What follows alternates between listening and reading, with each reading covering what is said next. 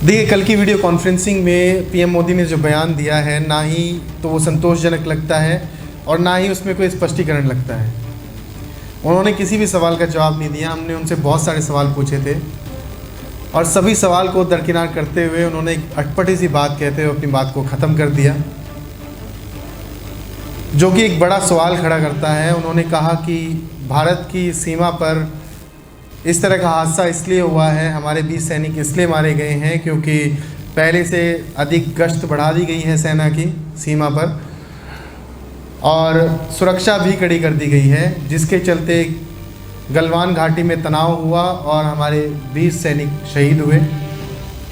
पहले कोई भी हमारी सीमा में आ जाता था, लेकिन अब जब से सेना की गश्त बढ़ी है और सुरक्षा मजबूत हुई है तो सीमा पर तनाव बढ़ा है, जिसके चलते ये हादसा हुआ। तो अगर पीएम मोदी की बात माने तो ऐसा लगता है जैसे पहले आधा भारत चाइना के कब्ज़े में था और पीएम मोदी ने आकर उसको आज़ाद कराया है। तो मुझे लगता है कि ये बहुत ही बेतुका बयान है पीएम मोदी का। उनको इस तरह के बयान नहीं देने चाहिए। ये पीएम की गरिमा पर भी एक सवाल खड़ा करता है। उन्हें चाहिए था कि उन्होंने उनसे जितने सवाल किए गए थे विपक्ष द्वारा, उन सभी सवालों के जवाब दें। उनसे पूछा गया था कि जो 20 सैनिक हमारे शहीद हुए हैं उनके लिए वो क्या करने वाले हैं, आगे फ्यूचर में इस तरह का चीज़ें ना हो उसके लिए वो हमारे सैनिकों के लिए क्या करने वाले हैं। इस हादसे के बाद चाइना को लेकर उनकी क्या प्रतिक्रिया है और हमारे सैनिक गलवान घाटी में बिना शस्त्र के क्या कर रहे थे। इन सभी सवालों के जवाब पीएम मोदी को देने थे, लेकिन उन्होंने इन सभी सवालों को दरकिनार करते हुए अपनी बात कुछ इस तरीके से ख़त्म कर दी। और दूसरी मेरी एक और गुजारिश है सरकार से कि वो सामने आए और इस चीज़ पर अपना स्पष्टीकरण दे कि जो एक प्रोपोगेंडा सोशल मीडिया पर चलता है, जिससे लोगों में काफ़ी भ्रांति फैली हुई है और जिससे लोगों को गुमराह किया जा रहा है, वो है बाइकॉट चाइना प्रोडक्ट, जिसको लेकर अठावले जी का भी एक बयान आया था। काफ़ी हास्यास्पद बयान था। उन्होंने कहा कि हमें चाइनीज़ खाना खाना बंद कर देना चाहिए। तो मैं अठावले जी से कहना चाहता हूँ कि चाइनीज़ खाना भारत में ही बनता है। उसका नाम चाइनीज़ खाना ज़रूर हो सकता है, लेकिन बनाते उसको भारत के लोग ही हैं और उससे हज़ारों लोगों का गुज़र बसर चलता है। तो इस तरह के हास्यास्पद बयान आपको नहीं देने चाहिए। आपने पहले भी एक बयान दिया था कोरोना को लेकर, गो कोरोना, हालांकि कोरोना गया नहीं। तो आगे आप इस पर विचार ज़रूर करें।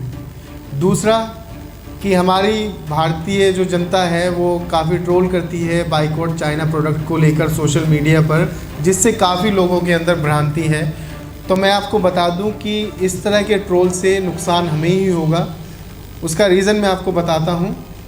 जिस प्रोडक्ट को आप ख़रीदने जाते हैं, आप कभी भी थैला उठाकर चाइना प्रोडक्ट ख़रीदने नहीं जाते हैं। आप भारत की मार्केट में ही प्रोडक्ट ख़रीदने जाते हैं, सामान ख़रीदने जाते हैं। और जब आप सामान ख़रीदते हैं आपको पता भी नहीं होता कि वो चाइनीज़ है, जापानीज़ है या भारतीय है।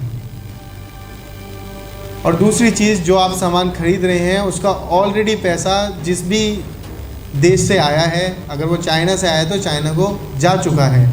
अगर अब आप उस सामान को नहीं खरीदेंगे तो इसका सीधा सीधा असर भारतीय अर्थव्यवस्था पर पड़ेगा, जो कि हमारी लड़खड़ाती अर्थव्यवस्था के लिए बहुत गलत है।